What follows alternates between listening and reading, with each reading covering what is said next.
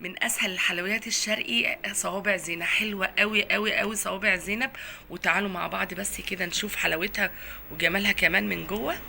بصوا ما شاء الله، مش شاربه بقى شربات ولا الكلام ده خالص. يلا بينا نشوف الوصفه الحلوه دي عملناها ازاي. السلام عليكم ورحمة الله وبركاته. ازيكم عاملين ايه؟ يا رب تكونوا بألف خير. صلوا على النبي عليه الصلاة والسلام. وزي ما حضراتكم شفتوا كده في المقدمة، هنعمل مع بعض صوابع زينب. اول حاجة عشان الشربات بتاعنا يلحق يبرد، اول حاجة هنعملها مع بعض هنعمل الشربات. شربات عبارة عن كوبايتين من السكر. اي الكوبايه اللي هتعيري بيها السكر تكون هي اللي هتعيري بيها المية. كوبايتين من السكر عليهم كوباية من المية، وعصرة نص ليمونة،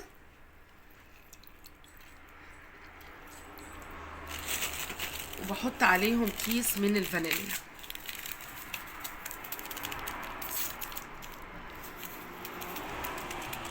هنحط عليهم كمان معلقه مليانه كده من عسل الجلوكوز. لو ما عندكيش مش مهم، بس بصراحه لو متوفر عندك حطيها، بيدي لمعه حلوه قوي لصوابع زينه واي نوع حلويات. وكمان بيمنع السكر، الشربات بتاعنا انه يسكر. احنا بنعمله الحمد لله من غير ما بيسكر في اي نوع حلويات، بس احنا بنتكلم على اللي لسه مبتدئين. لو عندك بيبقى حلو قوي، يمنعه انه يسكر. خلاص كده هندوب بقى كل الخليط بتاعنا ده، وهروح نحطه على النار. وانت بتدوبي كوني حريصه انك ما يبقاش فيه حبيبات سكر تيجي على الحروف كده، عشان ما يسكرش معاك. هندوب بس شويه كده وهنحطه على النار. امتى بياخد سوا قد ايه بالظبط؟ بعد الغليان، بعد ما يغلي ب5 دقايق تطفي عليه خلاص كده وتسيبيه يبرد. ويلا بينا نجهز العجينه بتاعت صوابع زينب. اول حاجه معانا للعجين كوبايتين من الدقيق جميع الاغراض. هنخلهم بس الاول كده. كوبايتين من الدقيق هنحط عليهم كوبايه من السميد اللي من عند العطار، مش السميد الجاهز اللي عليه جوز الهند اللي في السوبر ماركت في الاكياس، لا السميد اللي معلهوش اي اضافات. هننزل بكوبايه من السميد، وهننزل عليهم بمعلقتين كبار من المعالق بتاعه الاكل، معلقتين كبار من النشا. نشا حلوه قوي بيديله قرمشه، بس ممكن لو مش متوفر عندك عادي ممكن تستغنى عنه.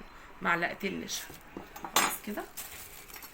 ومعلقه كبيره مش مليانه قوي يعني من السكر، ورشه ملح. حاجه يعني بصوا ملح، ذره ملح كده يعني، مش هقدر اقول لك ربع معلقه ولا حاجه، لا ذره بسيطه قوي. وهننزل عليهم بنص معلقه من الخميره الفوريه، نص معلقه صغيره، معلقه شاي مش معلقه اكل.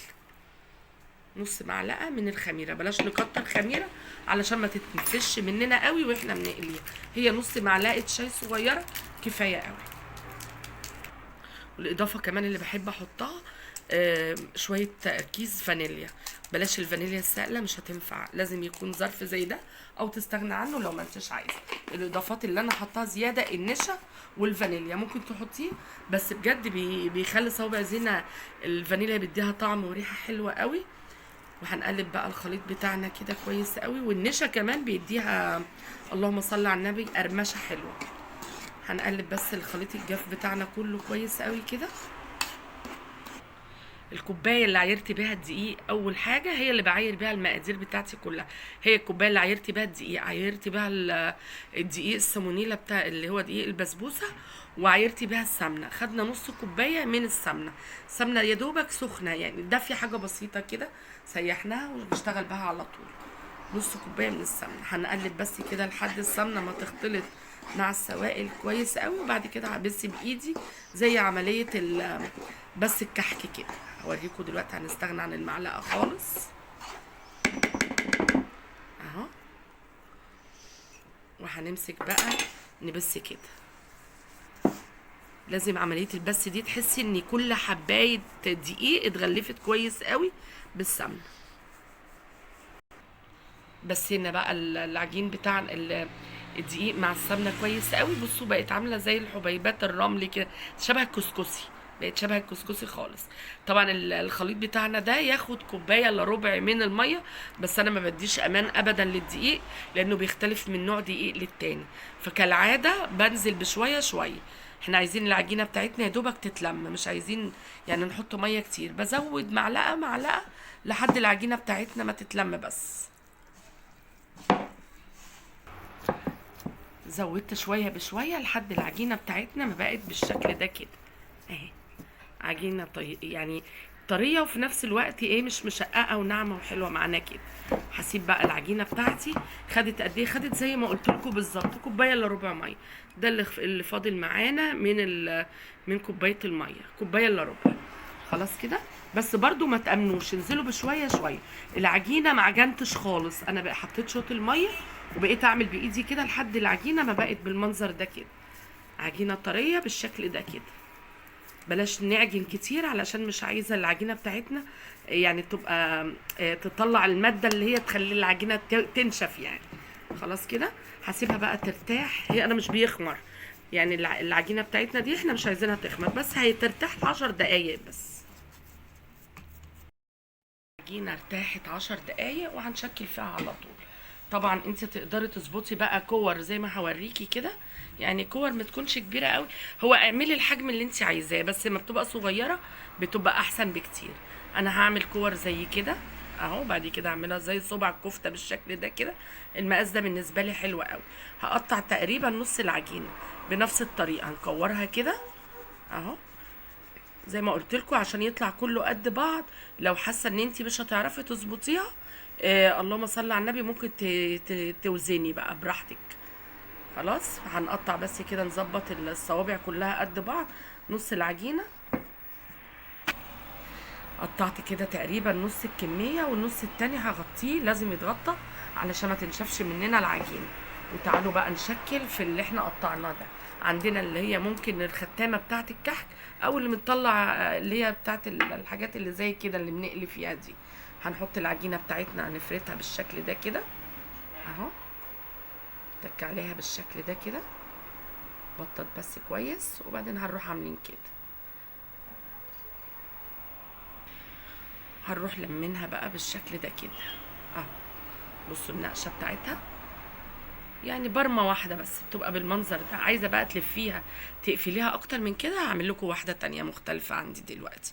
هنروح فردينها برضو بالشكل ده كده. مثلا لو عايزاها تتقفل اكتر هلفها زي 3 لفات بالشكل ده كده اهو. خلاص كده. هعمل بقى الكميه كلها ونشوف هنقليه ازاي مع بعض. العجينه اللي شكلناها هنقليها على طول. مولعه الزيت بتاعي يسخن، بس مش عايزاه يسخن قوي الصراحه يعني، وفي زيت يكون غزير كده. وهنزل باللي انا شكلته على طول.